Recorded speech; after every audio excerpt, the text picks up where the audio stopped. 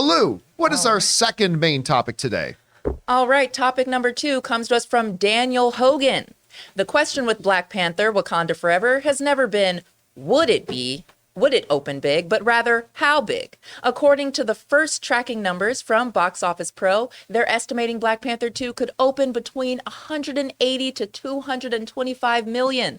These numbers not only guarantee an opening weekend record for the month of November, but a possibility of hitting the top 5 all-time openings if it can best The Last Jedi's $220 million opening weekend.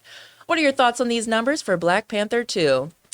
So what do you think, John? Do you think Black Panther 2 can crack the 5 all-time openings? If you would have asked me this 6 months ago, I would have said no.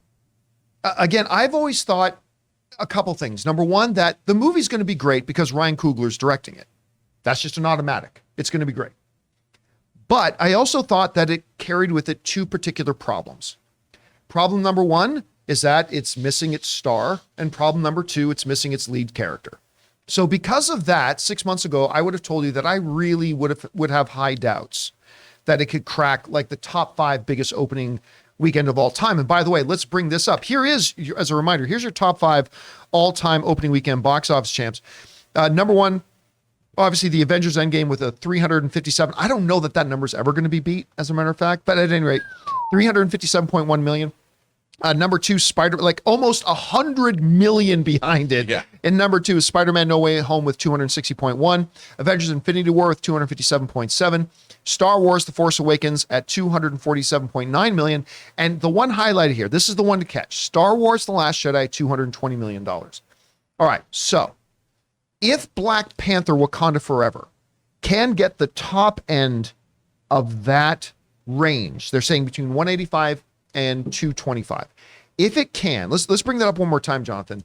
If it can, that last final spot on the top 5, like it's not going to get Star Wars The Force Awakens. It's not going to get that. But if they can get cross that 220 million mark, it will take its place in the top 5, and it'll reshape the top 5 to being 4 Disney or 4 Marvel films.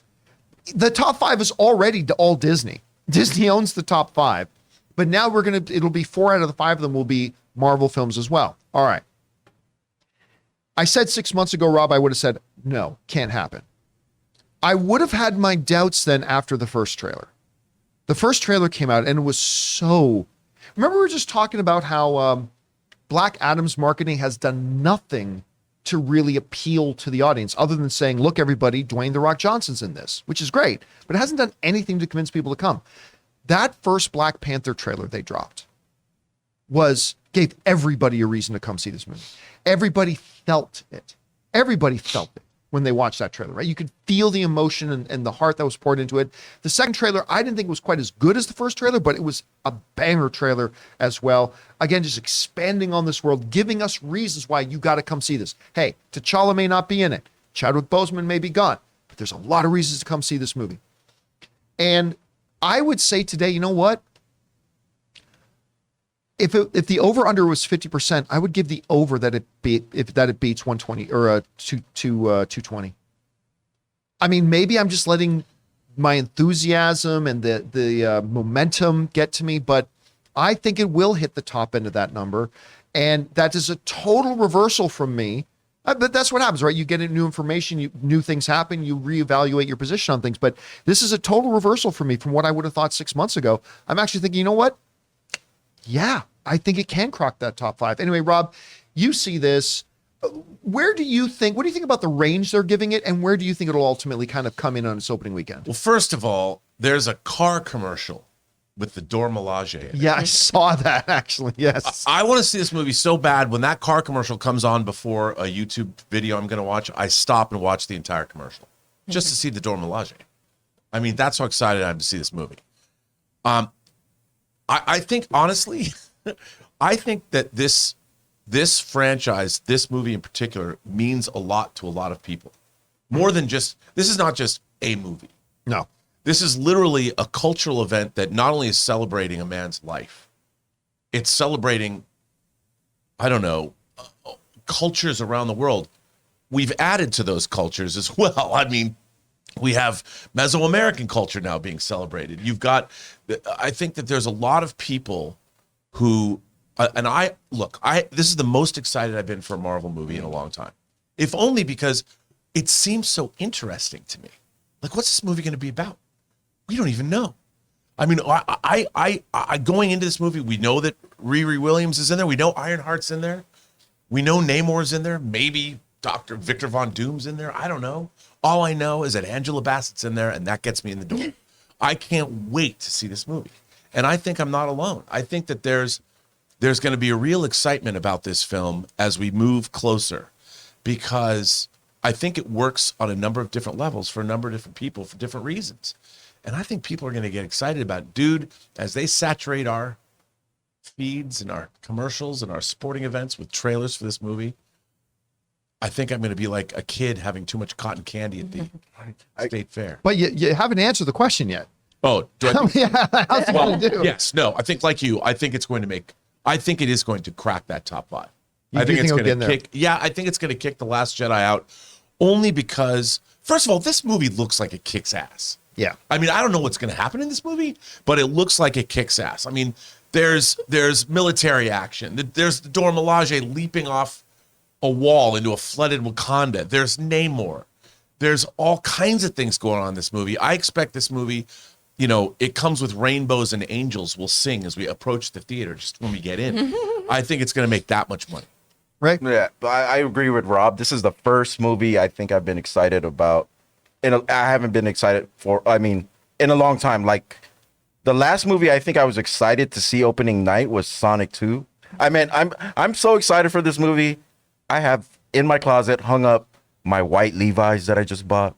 My white, my white gear. I'm gonna, like you, John, dress in all white. Respect. All white. I can't wait to see. I mean, it's introducing an element that we haven't really used in the Marvel Cinematic Universe, is water in the ocean. You know what I mean? So it's going to be, I'm terrified of the ocean. It's the last place I would ever want to die. Like, I would burn to death or fall off a building, whatever. But leave me in the middle of the ocean, no thanks. No way. Well, what if the Taliban Empire rescued you? I want to feel the ocean in this movie. Every time we're underwater, I want to get sick.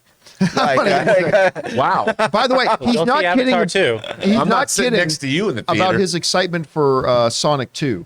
Because I and Ann went to go see it, right? And he's like every joke, one adult voice. and then at the end, who is it that pops up at the end? Shadow. Yeah. When at the end, like, Shadow comes up, and like some of the kids in there knew the Shadow comes up. Fuck yeah! Like crazy. Like, he didn't say fuck, but he was like, this one adult dude was like, yeah! Push the little kids away. It's so good. It's such a good movie. Lou, what do you think? Like, look, this movie's coming off. The first one was $1 billion film, the Best Picture nominee. Have you been sensing like enough people are going to be excited to go to see this to make it crack that top 5? Oh, yeah. I was nervous for a little bit because there was so much pushback with like, oh, we're not going to see it because, the main character isn't in it and yada, yada, yada. But now, like Rob was saying, with all the promo they're doing and the commercials and just the aspect of Namor and the ocean, I'm the opposite of Ray. I love the ocean. How you going to be Pacific Islander? No. I know. And let's just get back to Angela Bassett's dresses. Yeah. I mean, her headgear and her dresses. Come on. Well, we should point out, too, is it Monday we're going to, with Ruth's interview? Yeah, Tuesday. So Tuesday on the channel, we will be putting up a new episode of Designing Hollywood with the Academy Award-winning, Oscar-winning designer of Black Panther and Black Panther 2.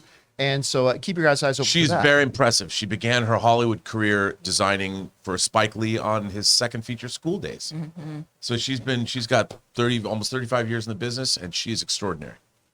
All right, guys, question is for you. What do you think? Do you think that Black Panther 2 Wakanda Forever can open big enough to crack the top 5 all-time box office films in history? It would be at the top of its range right now.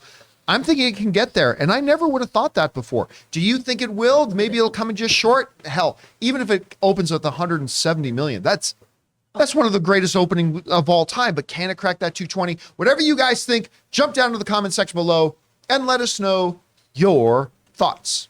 Guys, we want to take a second to thank the sponsor of this video, Mint Mobile. Mint Mobile offers premium wireless starting at just $15 a month. And now for the plot twist. I'm just kidding. There isn't one. Mint Mobile just has premium wireless from $15 a month. There's no trapping you into a 2-year contract or opening the bill to find all these crazy fees. There's no luring you in with free subscriptions to streaming services that you'll forget to cancel and be charged full price for. With my old wireless provider, every month when I opened the bill, it was like playing roulette. I never knew how big the bill was going to be, and it always seemed to get bigger. With Mint Mobile, it's totally different. I know exactly how little I'm paying every month, and there's never any surprises. Mint Mobile gives you the best rate whether you're buying for one or a family. And at Mint Mobile, families start at just 2 lines. All plans come with unlimited talk and text plus high-speed data delivered on the nation's largest 5G network. And guys, you get to use your own phone with any Mint Mobile plan and keep your same phone number along with all your existing contacts. So transferring over